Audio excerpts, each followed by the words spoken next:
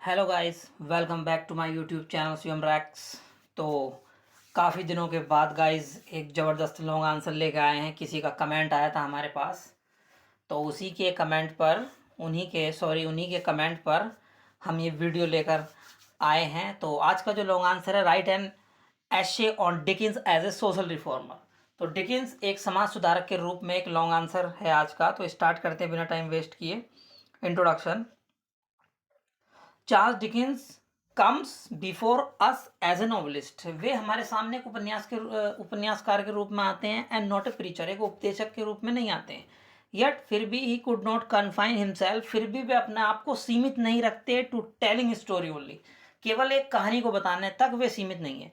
He could not remain, ना ही वो रह सकते हैं ब्लाइंड, अंधा, एंड और indifferent, abhint to social, political, economic and educational backdrop of his days।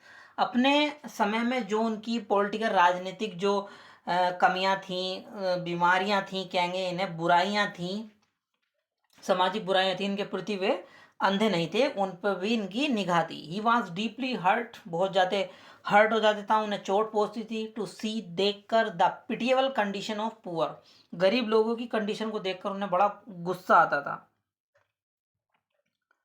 आगे गाइस, द कंटेम्प्रेरी सोसाइटी, समकालीन समाज।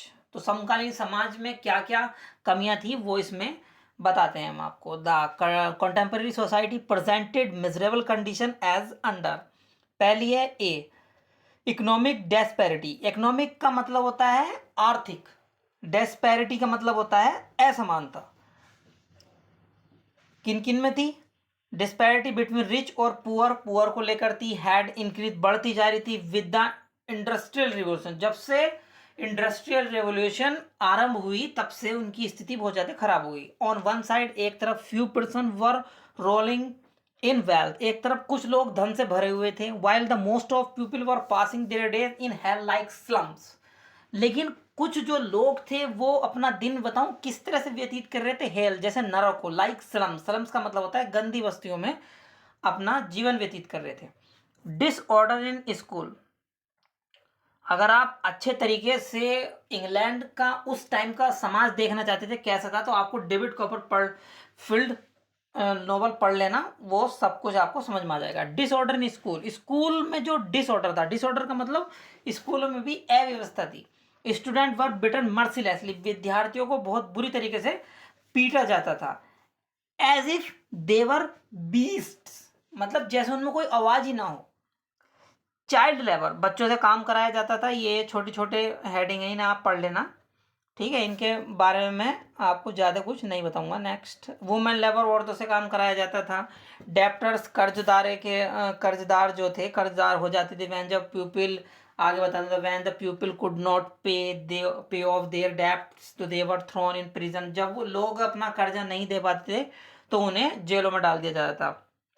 नेक्स्ट राइटिंग है हमारा एम ऑफ डिकिंस। डिकिंस का एम क्या था? Dickens wanted to see a better England, England को बहुत ज्यादा बेटर देखना चाहता था। He aimed at modifying the attitude of Victorian to improve their condition. Modifying का मतलब होता है गाइस सुधार करना चाहता था।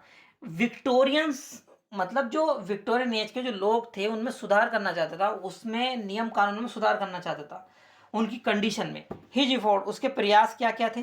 द इफोर्ट ऑफ डिकिंस का वर एज अंडर, आप देख सकते हो। He become an advocate of oppressed, oppressed का मतलब दबे हुए लोगों का वो वकील था एक तरह से। एडवोकेट उनकी मतलब उनके पक्ष में बोलने वाला था।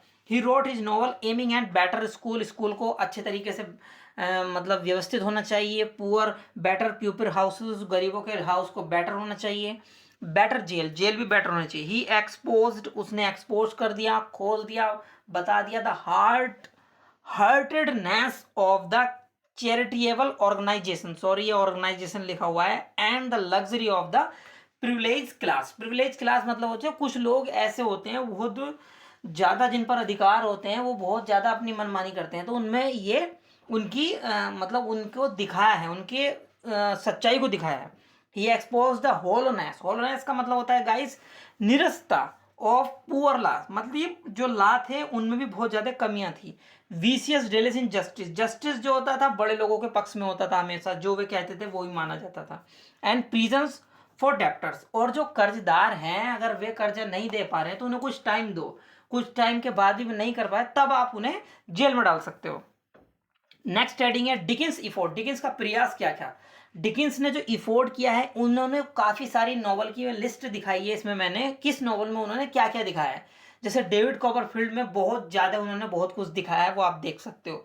ओलिवर ट्विस्ट है, इसमें आप देख लेना क्या क्या कमियां दिखाई हैं किस समाज के बारे में। निकोलस निकलेबाई में दिखाया है उन्होंने। डॉम एंड सन, ये इनकी सब नॉवेल्स हैं। Bleak house, hard times, David Copperfield. और नेक्स्ट हेडिंग हमारा क्रूलिटी टू चिल्ड्रन, मतलब बच्चों के प्रति निर्दयता। Dickens hate cruelty to children. The presence of Murdstone and his sister frightens David so much that he forgets his lesson.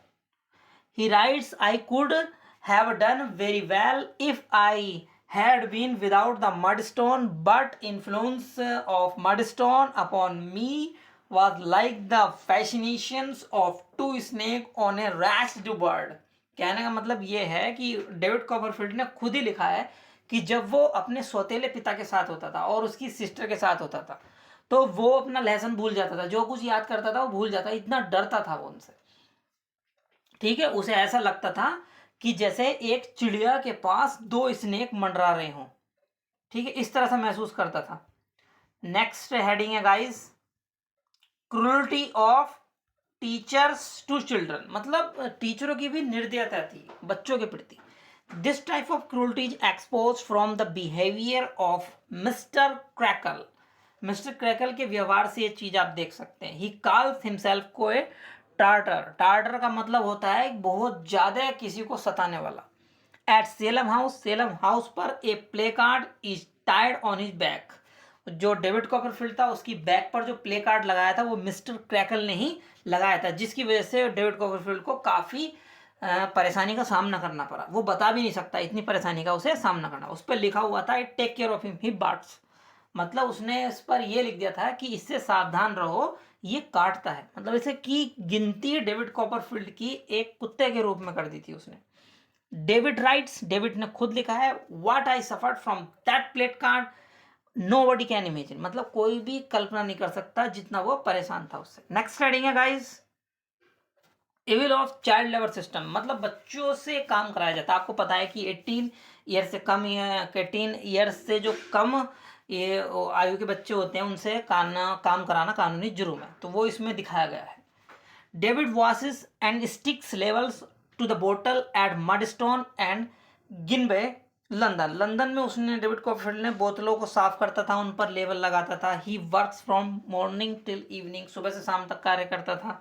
मिकाबर is sent to jail, Micawber को jail भी भेजा गया था।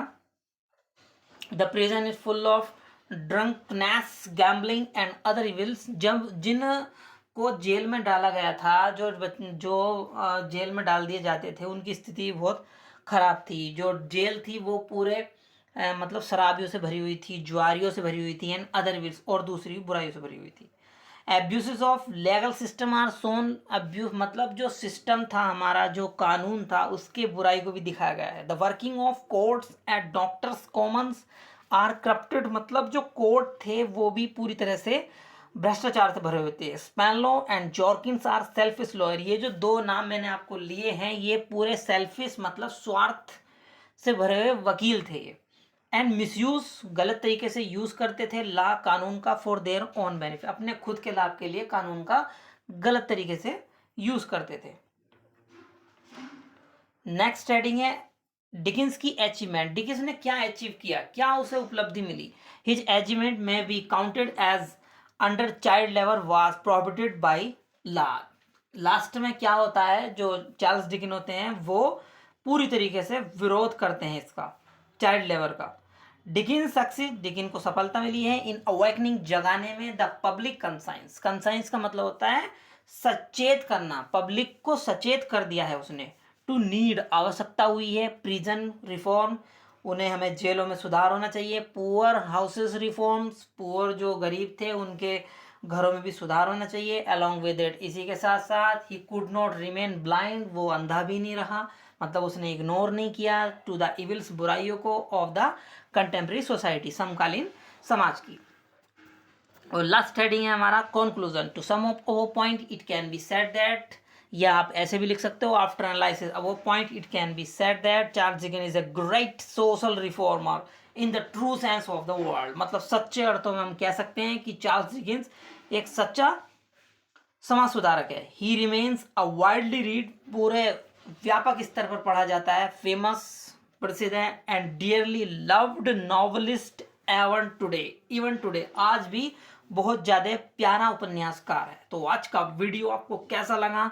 अगर वीडियो थोड़ा सा भी हेल्पफुल लगा हो तो अपने दोस्तों के साथ शेयर जरूर करना।